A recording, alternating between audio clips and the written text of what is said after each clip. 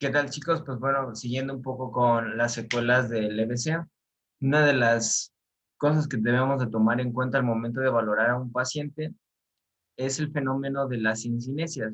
Las sincinesias son movimientos involuntarios inconscientes que los pacientes pueden llegar a presentar. Estas sincinesias o movimientos involuntarios se pueden presentar cuando nosotros le ponemos resistencia al lado sano y el lado afectado se mueve. Cuando sucede eso se le llama una sincinesia global. Cuando el lado sano realiza algún movimiento, por ejemplo, que el lado sano quiera flexionar el hombro, pero el lado afectado pudiera llegar a flexionar el hombro también a modo de imitar lo que está haciendo el lado sano. Y luego tengo algo que se llama sincinesia de coordinación, en la cual esta solamente es exclusiva del lado paralizado y al momento de que se contrae un músculo, la contracción de un músculo provoca la contracción de otro músculo. Y esto yo creo que lo hemos llegado a ver muy frecuente en los pacientes neurológicos. Cuando yo tengo un paciente con EBC, con esta secuela de la hemiplegia, al momento de que yo le pido que haga, por ejemplo, una flexión de hombro, no solamente va a hacer una flexión de hombro, que inclusive flexiona hombro, flexiona codo y flexiona muñeca. Hacemos que se hace este movimiento. Y eso es una sincinesia de coordinación, ya que está o en la contracción de un músculo está provocando la contracción de otro músculo. Y ahora esto para qué nos puede llegar a servir. Según el método Brunstrom, podemos utilizar estas sincinesias a nuestro favor para poder rehabilitar a nuestro paciente, pero no van a ser las únicas sincinesias que se pueden llegar a presentar. Permítanme, ahí está. De hecho, hay algunas otras que debemos de tomar en cuenta, como la maniobra de Bechterew. Esta maniobra de Bechterew es una sincinesia o también llamada una reacción asociada, en la cual esta maniobra va a provocar lo que se conoce como una triple flexión.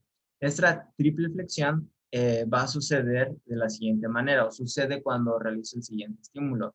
Ustedes están viendo aquí en la imagen cómo está una chica, una terapeuta, está sosteniendo lo que es los dedos del pie de nuestro paciente y al momento de que ella los flexiona, como lo vemos en la segunda imagen, inmediatamente observamos una flexión de rodilla y nosotros mismos estamos intuyendo que este levantamiento de la rodilla se debe a una flexión de cadera. Entonces yo tengo flexión de cadera, flexión de rodilla, y aunque aquí se alcance a percibir más una flexión plantar, puede ocurrir una flexión dorsal en el tobillo. Así que por eso le llamamos un movimiento de sincinesia de triple flexión o maniobra de Bechterew, porque se flexiona todo el miembro superior. Esta maniobra la vamos a, les digo, es interesante utilizar esta maniobra a modo de poder rehabilitar a nuestro paciente. Entonces, ahorita vamos con eso. Como les había mencionado, existen sincinesias globales en las cuales si yo pongo resistencia al lado sano, el lado afectado se mueve. Aquí yo quiero que observen cómo la terapeuta le está poniendo resistencia al miembro inferior en el movimiento de abducción y lo que está pasando es que el lado afectado se está moviendo. Y esta misma maniobra se le conoce como fenómeno de Reinstein. Es una sincinesia global, pero tiene su nombre como muy específico llamado fenómeno de Reinstein, que es, les digo, una sincinesia global. Aquí de la misma manera podemos observar cómo ahora la terapeuta ha cambiado el movimiento resistido y ahora no es abducción, sino es aducción. Así que al momento de aplicar aducción en el lado sano, el lado afectado va a terminar realizando el mismo fenómeno, el mismo movimiento, perdón. Y este mismo fenómeno también lo podemos observar en el miembro superior. El miembro superior le llama fenómeno de Sterling, que es exactamente lo mismo que el de Reinstein, pero dado en miembros superiores. Yo coloco una resistencia en el lado sano y el lado afectado se va a desplazar o se va a mover. Entonces ya ustedes tienen que ir como pensando, miren, o sea, yo puedo usar esto a mi favor y eso es a lo que vamos a tratar de llegar a hacer. Pero hay otros reflejos involuntarios que debemos de estar checando en nuestros pacientes con secuelas de BC. Y uno de ellos es el reflejo de reacción de apoyo positivo. ¿Qué va a suceder con el paciente en el cual presenta esta reacción de apoyo positivo? Pues bueno, va a pasar que hay una extensión breve de lo que es los miembros inferiores cuando se presionan las almohadillas plantares. Entonces, estas almohadillas plantares cuando se llegan a estimular o cuando hay una presión muy fuerte va a ocurrir una ligera extensión o una extensión de lo que son los miembros inferiores. Y eso le llamamos reacción de apoyo positivo. De nuevo, esto lo puedo utilizar a mi favor en ciertos momentos y definitivamente algo que los neurólogos van a poder o van a estar checando de primera mano, pero que nosotros podemos a modo de, no quiero decir lo que nosotros vamos a determinar el diagnóstico, pero que es interesante que ustedes puedan realizar la prueba con algún paciente con alguna secuela de hemiplegia para que observen precisamente si se da esto que llamamos reflejo de plantar de Babinski. El reflejo plantar de Babinski es un reflejo del desarrollo del ser humano. Es un reflejo que se encuentra presente desde nuestro nacimiento, pero que desaparece a ciertos meses. Si mal no recuerdo, es a los 3 meses cuando empieza a desaparecer. Curiosamente, cada vez que existe un evento cerebrovascular, pueden aparecer reflejos primitivos. Estos reflejos primitivos van a impedir o van a, bueno, para el profesional de la salud, para el neurólogo, para el médico, le van a estar indicando que la aparición de un reflejo primitivo es es un indicio de una lesión del sistema nervioso central.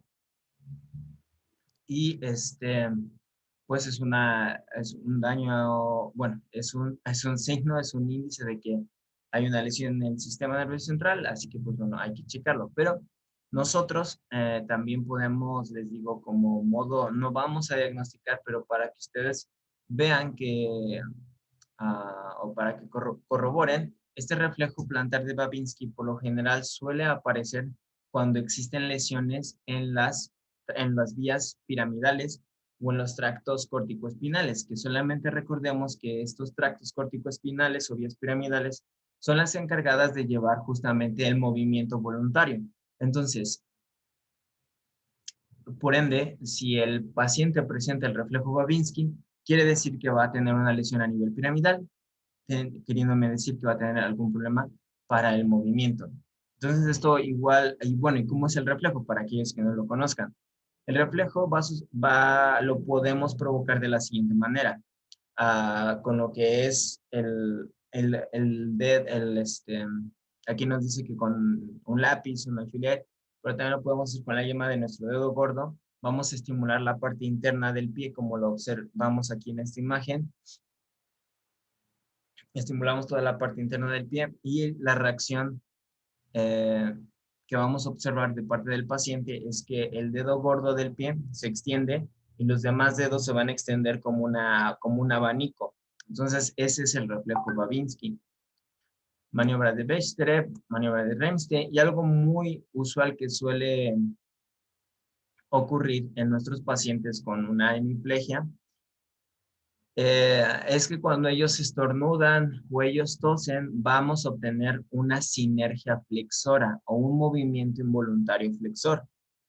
A aquellas de ustedes que ya han estado interactuando más con pacientes neurológicos se habrán percatado que cuando justamente el paciente tose o estornuda, aumenta el tono muscular de flexor de mis pacientes. Y esto pudiera llegar a ser tanto bueno como, como algo positivo como algo negativo, ya que, por ejemplo, si el paciente está presentando un proceso respiratorio, y este problema respiratorio le provoca bastante tos, pues bueno, vamos a ver que el tono muscular flexor va a aumentar. Y también me ha pasado que en los pacientes logro disminuir un poco lo que es la espasticidad. Ellos estornudan o ellos tosen y lo que logré disminuir vuelve otra vez a recuperarse por por ese fenómeno involuntario de la tos o el estornudo, pero hay que tomarlo en cuenta y que no se les haga como raro observar estas situaciones. Ya para ir casi terminando, dentro de los fenómenos que debemos observar también en el paciente hemipléjico es algo que se llama fenómeno de Socke. El fenómeno de Socke va a producirse especialmente en pacientes hemipléjicos o con algún trastorno cerebeloso, en el cual va a consistir en que el paciente cuando levanta el brazo no puede separar los dedos de la mano. Eso es muy curioso. O sea, el paciente va levantando y no puede separar los dedos, sino que los mantiene juntos. Y luego yo tengo el signo de Souke, que es muy diferente al fenómeno. Fenómeno, recuerden, levanto la mano y no separo los dedos. El signo de Souke es que cuando yo empujo a mi paciente hacia atrás, estando sentado con un apoyo, obviamente, por ejemplo en la cama, no van a hacer el reflejo de extender las piernas. A cada uno de nosotros, si nos empujan sentados en la cama, pues de manera refleja extendemos muy ligeramente las piernas para evitar caernos. Sin embargo, estos pacientes no lo tienen y esto mismo los puede hacer propensos para ciertas caídas, así que también debemos de estar atentos a esta situación. Y ya para terminar, vamos a ver lo siguiente. El paciente con secuelas de EBC y que ha sufrido una hemiplegia va a presentar ciertos déficits predominantes, es decir, va a presentar mayores dificultades al momento de realizar ciertos movimientos. Por ejemplo, en el miembro superior vamos a ver que a estos pacientes les cuesta mucho trabajo lo que es la abducción, la rotación externa y extensores de antebrazo, muñeca, dedos y supinadores. Esto explica la razón por la cual la mayoría de nuestros pacientes con secuelas de hemiplegia o de EBC poseen precisamente un patrón flexor. Pum, pum, pum, pum, pum, pum. No significa que yo no vaya a observar a algún paciente con secuela de EBC con algún déficit flexor o que le cueste mucho trabajo la flexión, ¿no? Sino que esto hace referencia a que la mayoría de nuestros pacientes van a tener una predominancia hacia un patrón flexor más que a un patrón extensor. Y pues bueno, es importante saber que cuando te encuentres con estos pacientes debemos de estar trabajando precisamente más la abducción, la rotación externa y los extensores. Ah, cuesta también mucho más trabajo, y es importante que lo sepamos, cuesta mucho más trabajo recuperar el miembro superior que el miembro inferior. Esto debido a que el miembro superior va a poseer mayor representación cortical y al momento de presentar mayor representación cortical, presenta mayor afectación.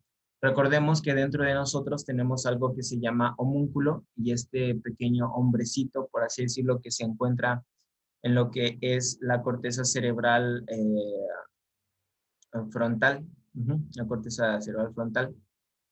Vamos a ver este, que el mismo cerebro guarda una representación del mismo cuerpo, de las partes de nuestro cuerpo en el cerebro, y al momento una de las, o sea, el cerebro guarda todavía mucho mayor representación o para él lo visualiza mucho más grande lo que son las manos, sobre todo las manos y la boca, porque justamente es nuestra manera de estarnos comunicando y es lo que más estamos usando, ¿no? Entonces al paciente hemipléjico le va a costar mucho trabajo el poder recuperar el miembro superior, no solamente por el déficit sensorial, perceptual y cognitivo, sino porque también hay una mayor representación cortical. Y en miembro inferior, los déficits que pueden predominar es que le cuesta trabajo la flexión de cadera, está afectado el psoas, hay una limitación en la abducción y en la rotación interna de cadera, por eso el paciente tiende más hacia la rotación externa. Existe una retracción posiblemente del tríceps oral, de los isquiotibiales, y esto puede producir una flexión de rodilla y puede llegar a producir también una gran espasticidad en lo que es el cuádriceps. Así que pues bueno, con esto en mente debemos de tomar en cuenta cuáles son los déficits que pueden predominar en mis pacientes con alguna secuela de evento cerebrovascular y basado en ello trabajar.